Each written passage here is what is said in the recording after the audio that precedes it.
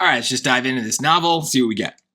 More than 2 years ago, my parents bought a piano from some people who were moving to Utah. Mom and Dad gave it to my brothers and me for Christmas. I had to act really happy because it was such a big present, but I pretty much hated the thing from the second it was carried into the hallway upstairs, which is right next to my bedroom. The piano glared at me. It was like a songbird in a cage. It wanted to be set free. So, okay, this is, connotation-wise, this is bad. So, main purpose of the text, I don't know.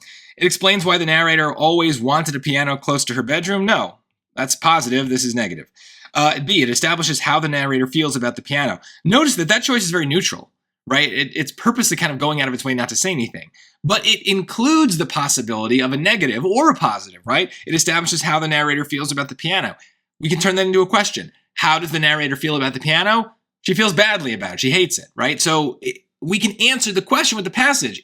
Our answer is way more specific than the choice is. But that's okay. It would be worse if it was reversed. If we had a negative answer choice, but a neutral passage. That's not allowed. But if we have a neutral answer choice summarizing a negative passage, it might just be the case that they're purposely leaving out the tone to make the choice less attractive to you. So it could be wrong. It could be that we need something more detailed. But right now, I don't have any reason to get rid of it. I can check this off.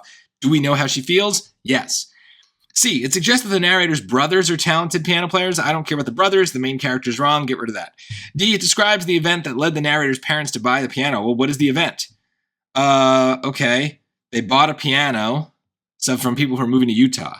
So I guess that's the event, is that someone else was moving to Utah, but that doesn't really say why they bought it. Maybe they bought it for Christmas and they needed a present.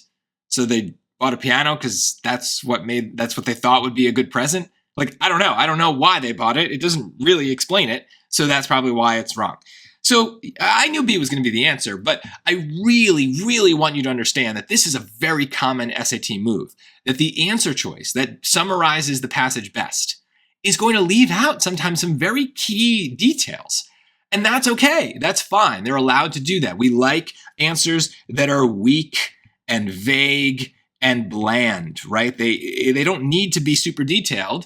They just, if anything, that's better because then there's less that could be wrong about the choice. So we're always looking to prove answers wrong. That is usually the better strategy than trying to prove them right. Because proving them right, we might have trouble because the things that we noticed about the passage, specifically that the person hates it, might not show up in those answer choices. So we might be kind of looking for something that doesn't exist and then be looking for much longer than we need to. So just go through the choices and just kind of look for things to be wrong and test those things out. And like I did here, turn the choice into a question. And if you can answer the question using the text, that's a really good sign that it's right. So that's the better strategy. Of course, if we can do both, prove it right and prove the others wrong, that's also very good too.